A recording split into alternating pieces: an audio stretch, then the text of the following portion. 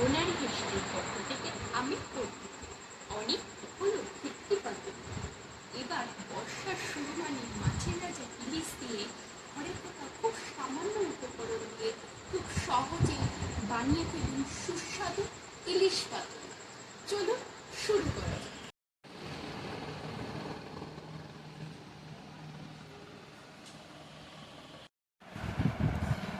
ইলিশ মাছগুলো পাতুরি করার জন্য প্রথমে আমরা লবণ,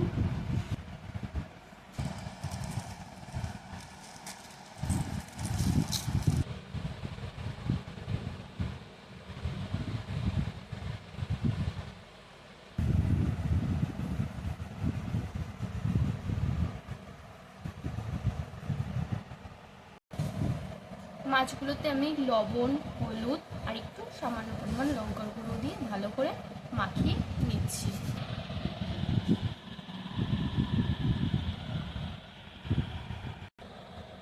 মাছটি পাতুরি করার জন্য আমরা সাদা সর্ষে, কালো সর্ষে,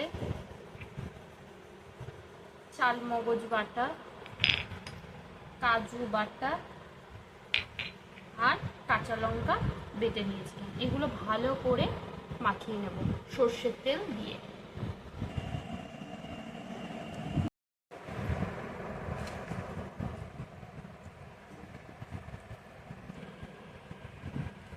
একে একে প্রত্যেকটা মাছ এইভাবে মাখিয়ে নেব।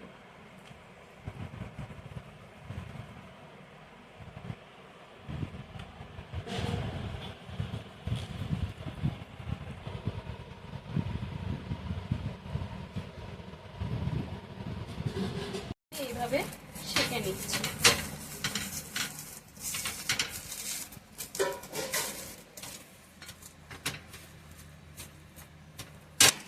এইভাবে আমি সবকটা পাতা ছেঁকে নিচ্ছি। ইলিশ মাছের পাতুরি করার জন্য আমরা কলা পাতায় এইভাবে প্রত্যেকটি মাছকে সাজিয়ে নেব। এর মধ্যে একটা করে কাঁচা লঙ্কা আমরা দিয়ে দিব, অল্প পরিমাণ সর্ষের তেল দিয়ে দিলাম। এইভাবে পাতাটিকে আমরা এবার মুড়িয়ে নিচ্ছি।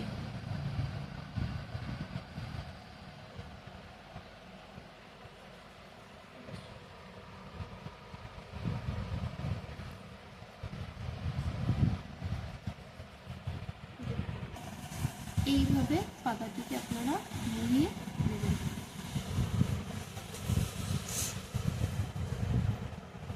দেখুন পাতাটি সেঁকে নেওয়ার কারণে কিন্তু ফেটে যাচ্ছে না। সেঁকে যদি না নেন তাহলে পাতাগুলো ফেটে যাবে। এরপর আমরা একটা সুতোর সাহায্যে এটা বেঁধে নেব। এইভাবে কলা পাতার মধ্যে প্রত্যেকটি মাছকে আমরা বেঁধে নিয়েছি। এবার পাতুরি করার জন্য এবার একে একে এগুলো আমরা চাটুর উপর দিয়ে ফ্রাই করে নেব।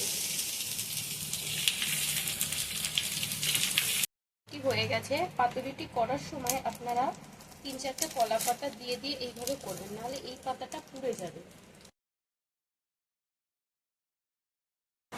বন্ধুরা, আমার এই রেসিপিটি যদি আপনাদের ভালো লেগে থাকে তাহলে লাইক, কমেন্ট, শেয়ার করবেন আর আমার চ্যানেলটি সাবস্ক্রাইব করতে ভুলবেন না।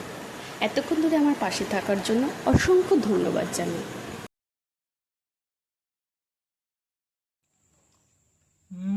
হেভি হয়েছে।